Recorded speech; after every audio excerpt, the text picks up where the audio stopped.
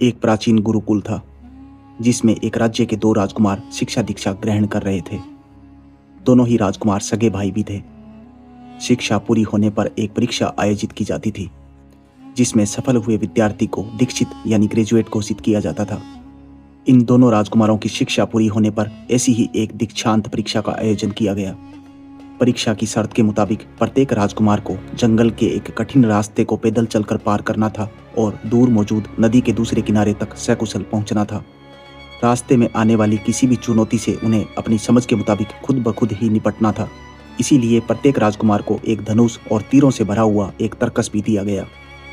सबसे पहले छोटे राजकुमार को धनुष और तीरों से भरे हुए तरकस के साथ गुरुकुल से रवाना किया गया। जंगल के तय रास्ते पर छोटा राजकुमार नदी की दिशा में आगे बढ़ रहा था।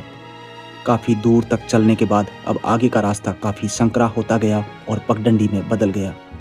इस पगडंडी के दोनों तरफ घनी झाड़ियां थी। ये झाड़ियां काफी कांटेदार थी, इसलिए यह पगडंडी ही यहाँ से आगे जाने का एकमात्र रास्ता था। लेकिन एक जगह इस पगडंडी के बीचों बीच एक जंगली कुत्ता विश्राम कर रहा था। पगडंडी इतनी संकरी थी कि कुत्ते के वहां से हटे बिना राजकुमार इस पगडंडी पर आगे नहीं बढ़ सकता था। छोटा राजकुमार जब कुत्ते के बिल्कुल नजदीक पहुंच गया तब पगडंडी से हटने की बजाय कुत्ता हमला करने के इरादे से गुर्राने लगा। छोटा राजकुमार एक अचूक निशानेबाज था। वो एक पल के लिए वहीं रुका और कुछ सोचने लगा।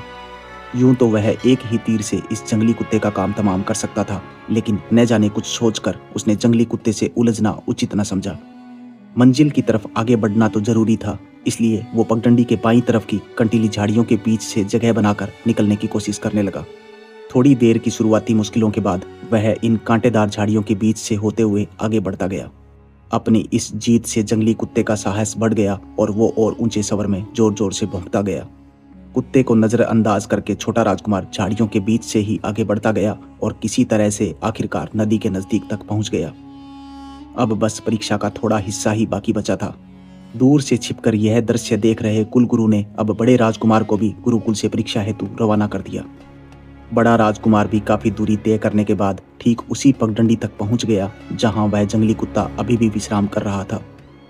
परिस्थिति अब भी वही थी कि बड़े राजकुमार के नजदीक आ जाने पर भी वो जंगली कुत्ता टस से मस ना हुआ, बल्कि बड़े राजकुमार की तरफ गुर्राया और हमला करने के लिए झपटा। बड़ा राजकुमार भी काफी अच्छा निशानेबाज था। उसे भयंकर क्रोध आया कि इंसानों के लिए बनी पगडंडी को एक कुत्ता बिना वजह के रोक कर बैठा था और हटने की बजाय हमला करने की कोशिश भी कर रहा था। इसलिए उसने अपने तरकस से एक तीर निकाला और धनुष की प्रत्यंचा चढ़ा दी। जैसे ही उसने कुत्ते की तरफ धनुष का निशाना लगाया तो कुत्ते की सारी बहादुरी गायब हो गई और वो धूम दबाकर भागने लगा। लेकिन तब तक बड़ा राजकुमार कुत्ते की तरफ एक तीर छोड़ चुका था। तीर तेजी से जाकर उस भागते कुत्ते के पिछले पैर पर जा लगा और वो दर्द के मारे जोर से बिलबिला उठा। पगडंडी खाली होते ही बड़ा राजकुमार आगे बढ़ने लगा, लेकिन उधर इस कुत्ते की दर्द भरी आवाज सुनकर बाकी सभी जंगली कुत्ते भी वहां इकट्ठा हो गए। कुत्तों ने देखा कि उनके झुंड का एक सदस्य बुरी तरह घायल था और वही पगडंडी से एक धनुर्धारी राजकुमार आगे बढ़ रहा था। बदला लेने के लिए सभी कुत्तों ने तुरंत ही एक शिकारी घेरा बनाया और बड़े राजकुमार को घेर लिया। कुत्तों के इस दुस्साहस पर बड़े राजकुमार को काफी क्रोध आया। उसने धनुष से कुत्तों पर तीरों की बौछार कर दी। कुत्ते जंगली शिकारी थे, इसलिए राजकुमार से उनका संघर्ष काफी देर तक चलता रहा। आखिरकार बड़े राजकुमार ने सभी जंगली कुत्तों को वहां से मार भगाया और फिर वो नदी की दिशा में आगे बढ़ गया। काफी देर बाद जब बड़ा राजकुमार नदी पर पहुंचा तब उसे एक औरत के चीखने की आवाज सुनाई दी। इधर उधर नजरें दौड़ाई तब उसने पाया कि डाकुओं का एक गिरोह एक औरत का अपहरण करके ले जा रहा था।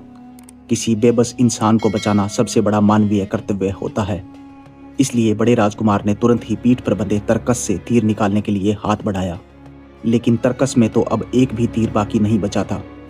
कुत्तों से संघर्ष में उसके सारे तीर काम आ चुके थे, इसलिए तरकस अब पूरी तरह खाली था।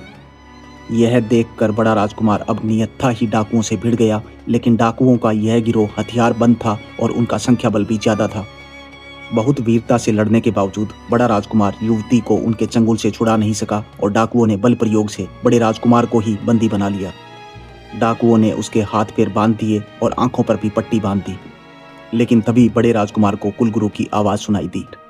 कुलगुरु के एक इशारे पर डाकुओं ने उसके बंधन खोल दिए और आंखों से पट्टी हटा दी। डाकुओं के बीच घिरे बड़े राजकुमार ने ठीक सामने कुलगुरु को खड़े हुए पाया। कुलगुरु मंद मंद मुस्कुरा रहे थे। वहीं से थोड़ी ही दूरी पर बड़े राजकुमार के पिता यानी उस राज्य के राजा और छोटा राजकुमार भी मौजूद थे। तब बड़ा राजकुमार समझ गया कि ये डाकू और इस लड़की का अपहरण दीक्षांत परीक्षा का ही एक हिस्सा थे। बड़ा राजकुमार अपनी यह दशा देखकर काफी लज्जित हुआ।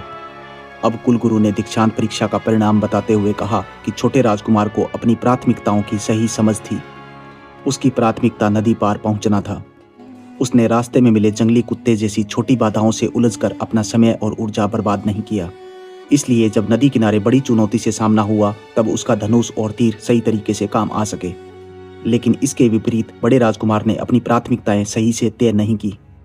महज एक कुत्ते से निपटने के फेर में समस्या इतनी बड़ी कि कारण ही बाकी कुत्तों से भी निपटना उसकी मजबूरी बन गई।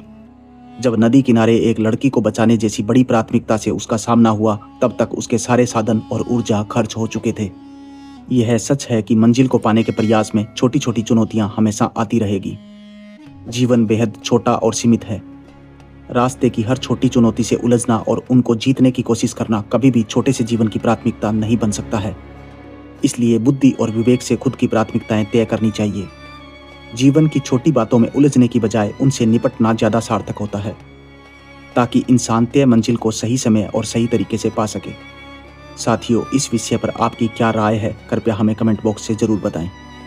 और आपसे एक विनम्र निवेदन, कृपया हमारे छोटे से चैनल को लाइक और सब्सक्राइब जरूर करें ताकि हम आगे भी आप तक रोचक कहानियां पहुंचा सकें।